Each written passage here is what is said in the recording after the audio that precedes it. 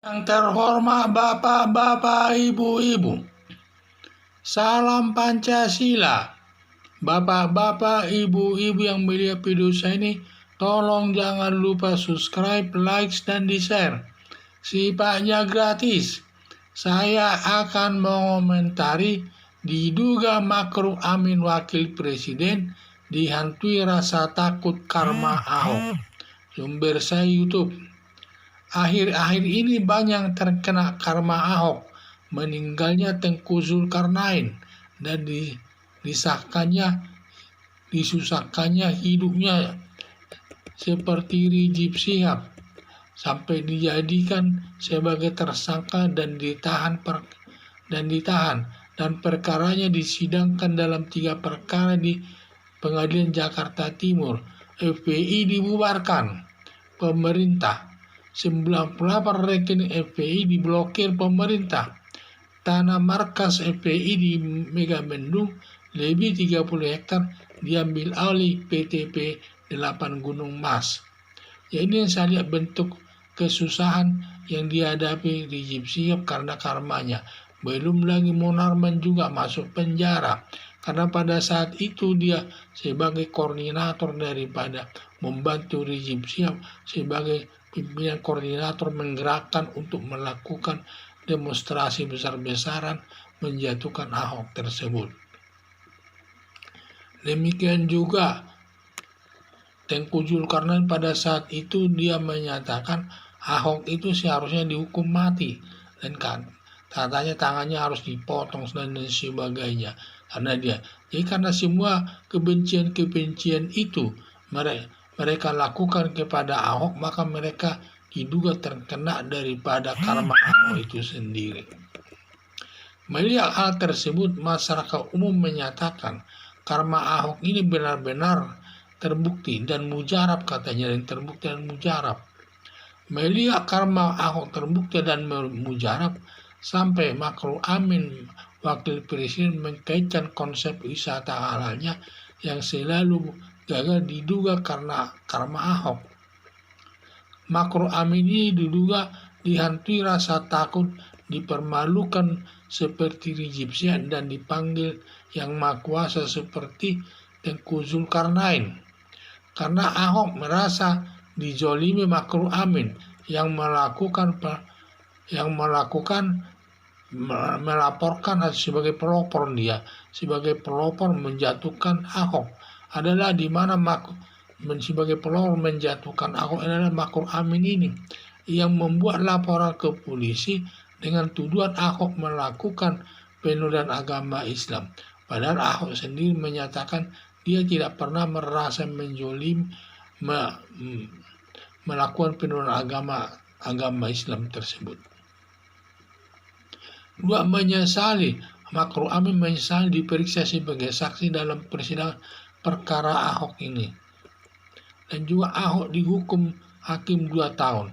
Dan terakhir kata-katanya selesai dijatuhkan hukuman, Ahok menyatakan siapa yang menjoliminya, Tuhan lalak nanti lawannya dan nanti akan dipermalukan.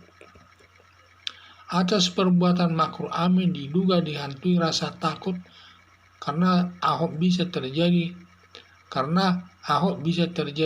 Ma'ruf Amin. Atas perbuatan Ma'ruf Amin diduga dihantui rasa takut karena Ahok bisa terjadi Ma'ruf Amin sakit, bisa menimbulkan berbagai penyakit seperti kata dokter. Seseorang yang penuh rasa iri, benci sama orang, suka menjelek-jelekkan orang lain merupakan sumber penyakit pusing lah, jantung dan lain-lain. Harapan saya Ma'ruf Amin diperbanyak berdoa dan sholat agar dijauhkan dari rasa takut apapun. Jadi karena Ma'ruf Amin ini kan seorang kiai besar ini, ya cukupnya supaya ditingkatkan berdoa dan sholat agar dijauhkan dia dari rasa ketakutan dari karma Ahok tersebut. Jadi yang saya lihat bahwa Ma'ruf Amin ini dulu sebagai pelopor untuk menggerakkan untuk menjatuhkan Ahok selaku gubernur waktu itu, di mana dia pembuat laporan ke polisi masalah menuduh penodaan agama yang dilakukan Ahok kepada agama Islam. Padahal menurut Ahok tidak melakukannya. Sampai dia juga, Makhruf Amin ini katanya dia menyesal diperiksa sebagai saksi di persidangan Ahok tersebut.